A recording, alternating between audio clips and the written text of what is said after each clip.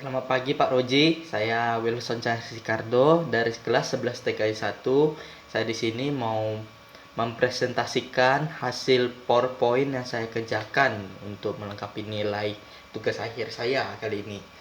Jadi di PowerPoint ini saya mengambil topik yaitu kenakalan remaja. Kenakalan remaja sudah tidak asing lagi bagi kita semua, dan dia namanya kenakalan remaja itu biasanya berasal dari sekolah.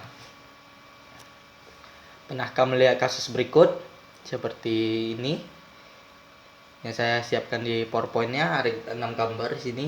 Saya hanya akan membahas 6 hal pertama yang menurut saya paling baik terjadi di kasus sekolah ini. Kita masuk ke pembahasannya. Pembahasan yang tentang mengenai kenakalan remaja ini. Kenakalan remaja itu biasanya yang bisa kita lihat itu namanya juga remaja, sudah pasti dilakukan oleh para pelajar yang masih duduk di bangku sekolah. Seperti saya yang masih kelas 10, kelas 11, kelas 12. Itu saya masih bisa dikategorikan sebagai anak remaja yang masih duduk di bangku sekolah. Cuman yang dimaksud dengan kenakalan remaja, mereka ini meskipun masih duduk di bangku sekolah, tapi mereka tidak mencerminkan perilaku atau sikap mereka yang selayaknya seorang pelajar. Yang seharusnya dilakukan pelajar untuk saat ini yaitu belajar, menuntut ilmu, mengejar yang namanya cita-cita kan. Nah, namun yang di sini mereka malah menghabiskan waktu untuk tindakan yang tidak berpendidikan di mata beberapa orang dan tidak terpelajar. Contoh-contohnya akan saya bahas nanti. Terusnya saya akan membahas tentang latar belakang kenakalan remaja. Kenakalan remaja ini memiliki latar belakang. Bisa kita lihat dengan aksi yang dilakukan mereka itu tidak mencerminkan seorang pelajar lah. Misalnya gurunya mengajarkan tentang gini, tapi yang mereka lakukan di luar sekolah malah bisa dibilang 180 derajat terbalik. Seharusnya guru yang bilang nggak boleh melakukan gini, nggak boleh merokok, malah mereka justru ingin mencoba sendiri merokok itu gimana rasanya. Akhirnya setelah mencoba-coba, yang namanya mencoba, akhirnya mereka kecanduan ya habis. Banyaknya kasus yang kita lihat di Indonesia ini kan, sudah banyak contoh-contohnya seperti yang gambar-gambar tertera itu semua sudah masuk ke dalam beberapa berita di Indonesia. Itu semua diakibatkan dari hal yang paling utama menurut saya, yaitu pergaulan mereka yang tidak benar atau tidak baik, yang hanya akan merusak nama sekolah. Bukan hanya nama sekolah, namun nama guru juga bisa, nama orang tua juga bisa. Oke, kita akan masuk ke mulai jenis-jenis kenakalan remaja yang saya ambil. Ada 6 di sini.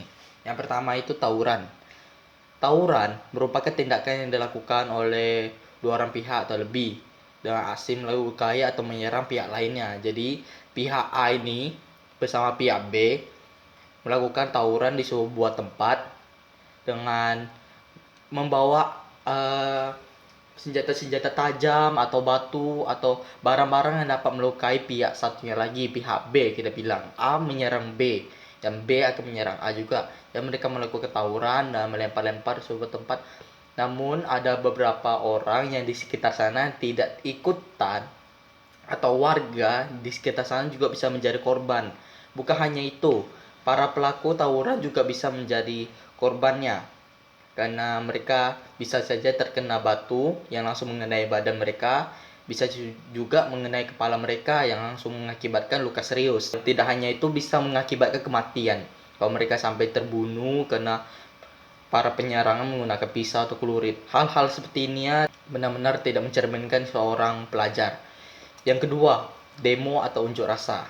Kita waktu masih tahun-tahun 2010-an kita sudah pasti sering dengar ya, terutama di Pekanbaru ada juga yang melakukan aksi unjuk rasa.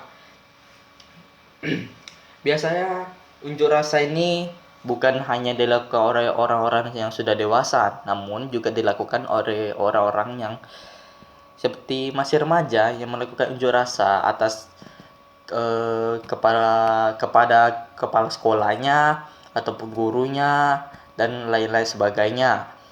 Mereka juga melakukan unjuk rasa ini tidak hanya semacam unjuk rasa biasa, namun mereka bisa saja dengan emosi yang membara-bara, yang bersama-sama mereka menerobos masuk untuk menghancurkan serta merusak fasilitas yang ada sampai keinginan mereka terpenuhi atau dilanjutkan oleh pihak keamanan seperti polisi, tentara, dan semacamnya yang akan datang menangkap mereka dan menginterogasi mereka.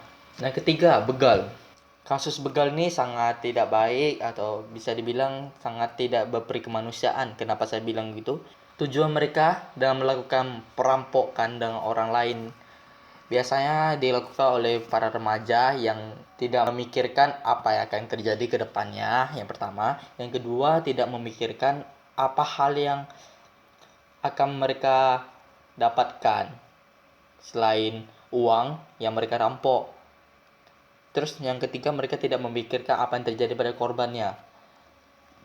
Namun kebanyakan aksi begal ini dilakukan kepada orang-orang yang berkeliaran sendirian atau lagi malam-malam bawa pulang kerja, lagi sendirian pulang ke rumahnya, dan mereka dirampok.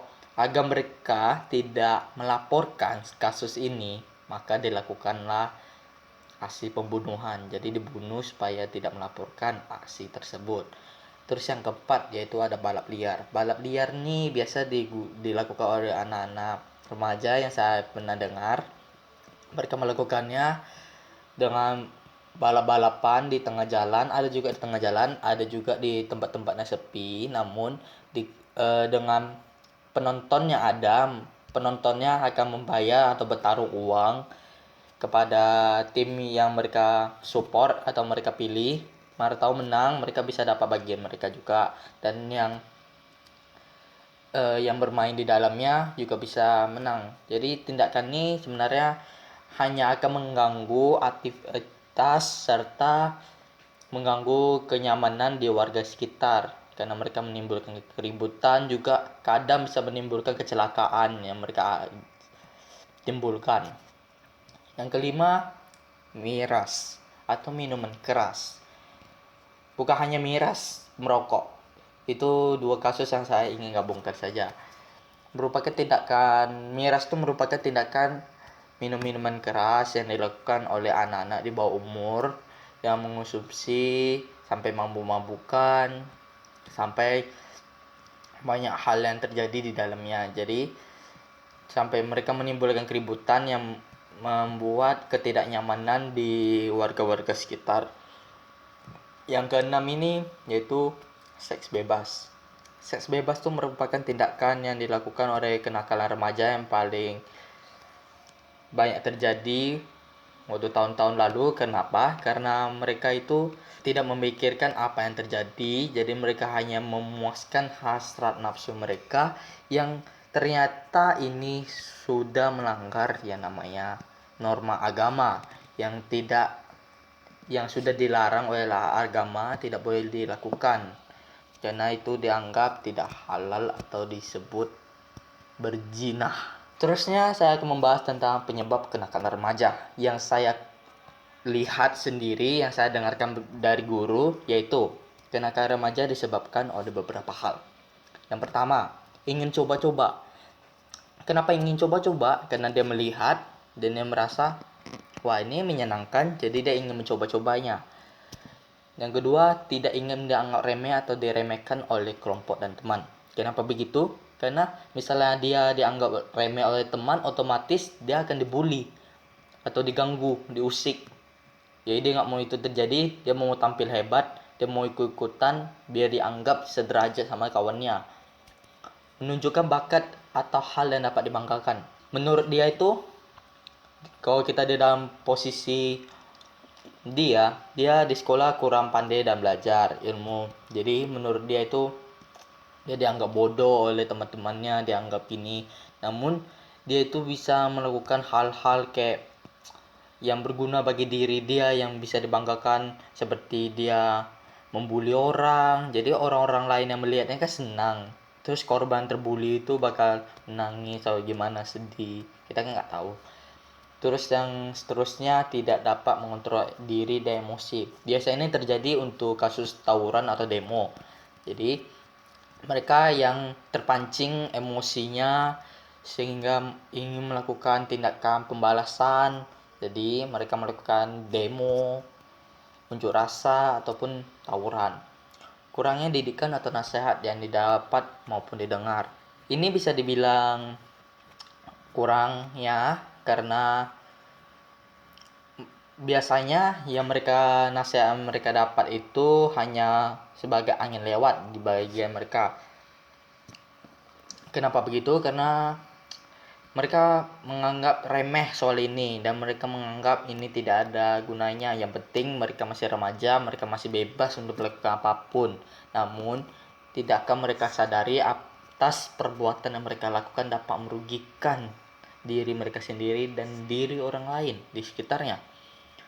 Kurangnya kesadaran dari diri sendiri. Ini sama dengan tidak dapat mengontrol diri dan emosi. Jadi waktu ini saya berikan contoh kurangnya kesadaran dari diri sendiri. Contohnya itu misalnya kita diajak merokok, terus kita nggak memikirkan apa dampaknya. Oh iya, ini kok udah dilarang oleh guru, nggak boleh, ini nggak berbahaya gini-gini, nanti bisa menimbulkan kecanduan. Namun kita nggak memikirkan, kita mencobanya dan akhirnya masuk ke kasus kecanduan. Yang seterusnya yaitu lingkungan yang keras dan tidak baik. Lingkungan yang keras dan tidak baik itu biasanya dialami oleh beberapa orang kan. Misalnya kita tinggal di lingkungan kita itu orang-orangnya keras, suka mabuk-mabukan, keras-keras, ngomongnya kasar, ngomongnya kotor gitu. Terus orang tua juga tidak mendukung lah. Cuman kita harus bisa berpikir dalam diri sendiri untuk tidak seperti mereka, karena mereka lakukan itu tidak benar. Terusnya yaitu kecanduan. Kecanduan itu bisa kita diambil dari topik yang pertama, yaitu ingin coba-coba. Karena ingin coba-cobalah kita kecanduan. Jadi dari bisa kita bilang juga kasus kecanduan ini ada beberapa contohnya yang sudah terjadi, mulai dari minum minuman keras, merokok, dan juga yaitu narkoba.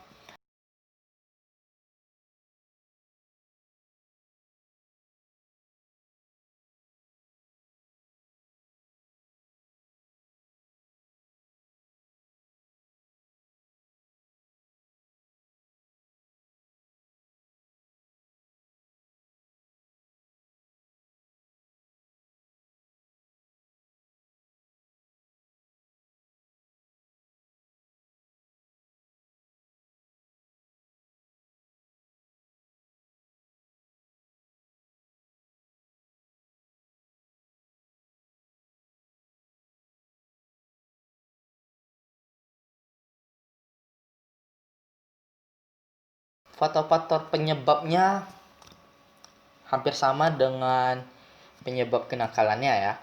Faktor-faktor yang utama itu yaitu keinginan dalam diri untuk mencobanya. Kedua, kurangnya kesadaran dari diri sendiri. Ketiga, pergaulan yang tidak sehat atau tidak baik. Yang keempat, lingkungan keras atau tidak baik. Yang kelima, tidak adanya pilihan dalam hidupnya. Hampir sama dengan penyebab kenakalan remaja. Namun faktor-faktornya saya lebih rincikan ke bagian kecilnya. Keinginan untuk mencoba.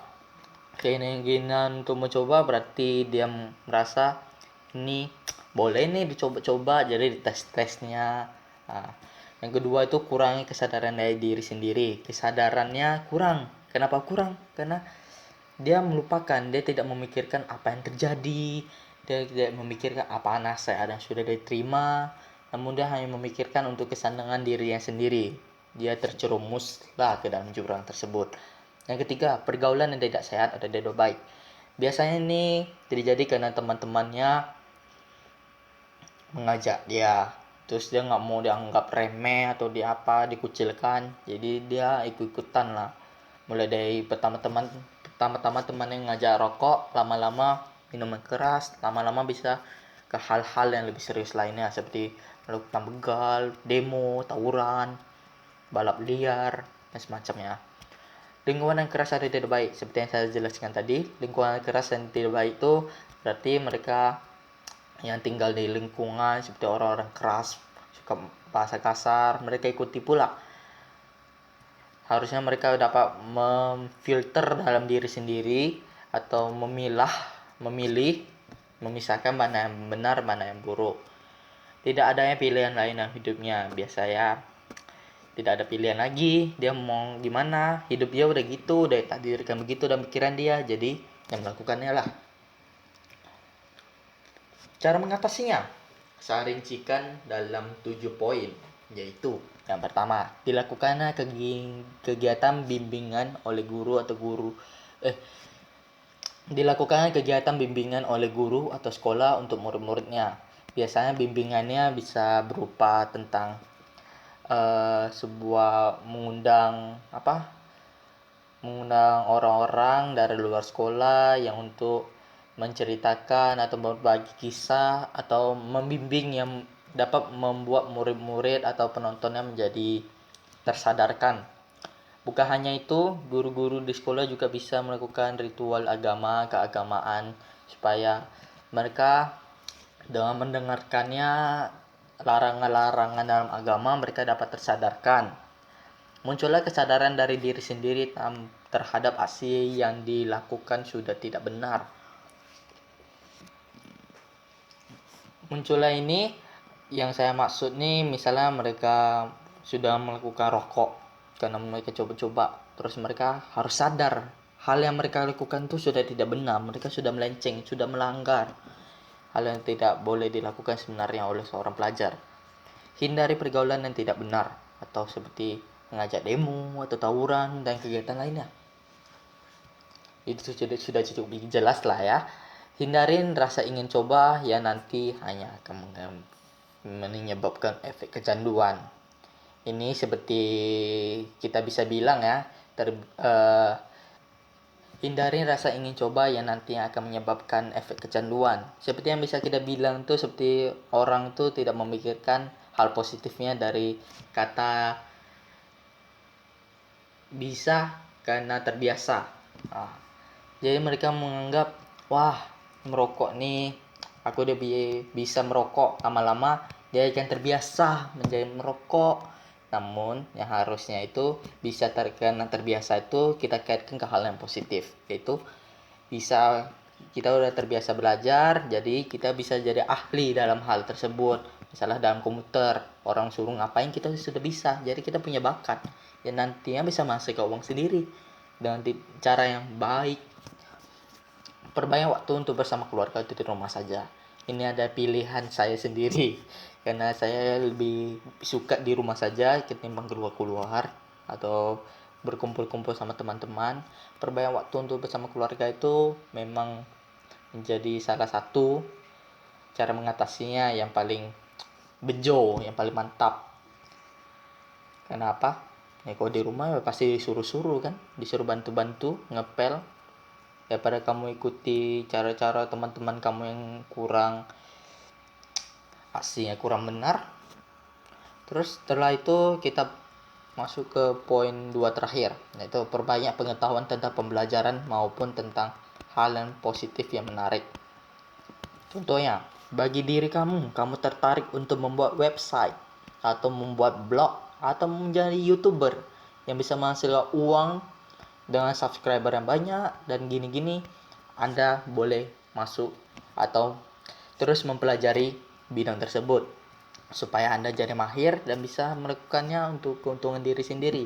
Namun ditekankan untuk hal yang positif.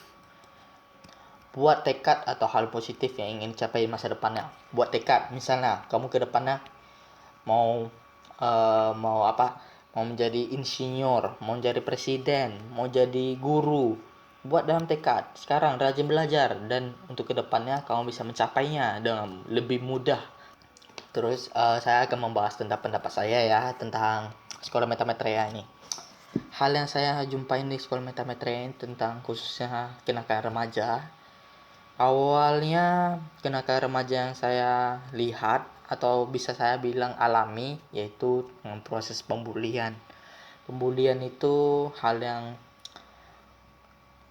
tidak menyenangkan lah terhadap korbannya, namun pelakunya itu pasti senang karena dia melakukan pembulian, bukan dia mengalami. Oke.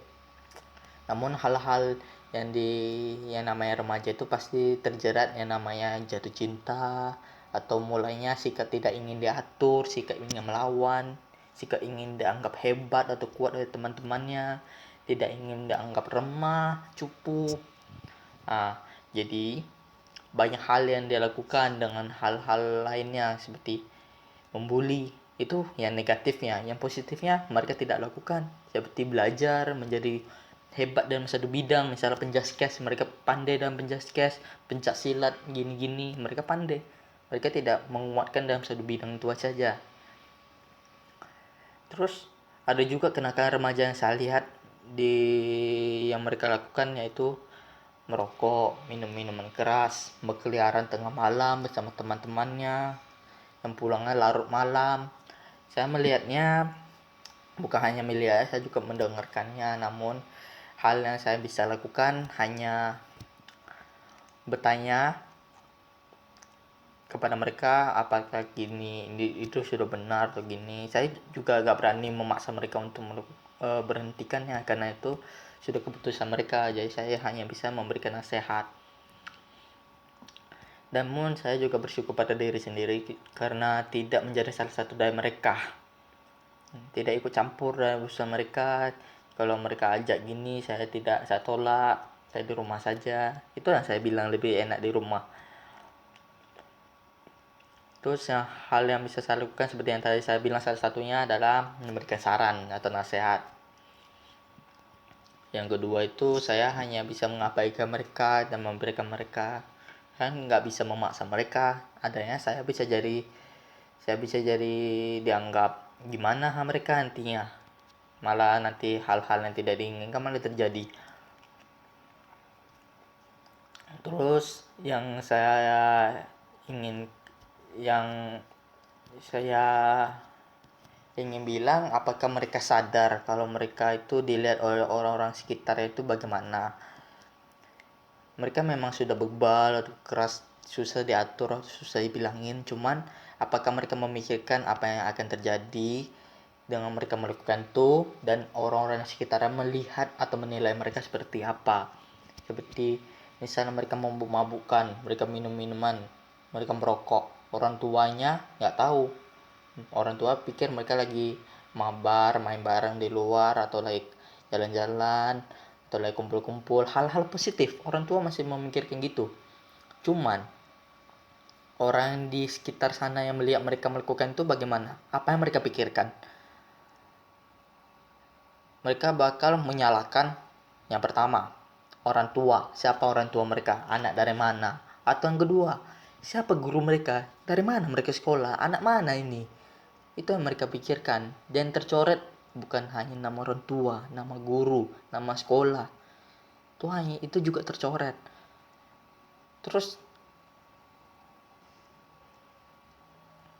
yang harus mereka pikirkan itu adalah uang. Uang yang mereka dapat itu masih hasil orang tua.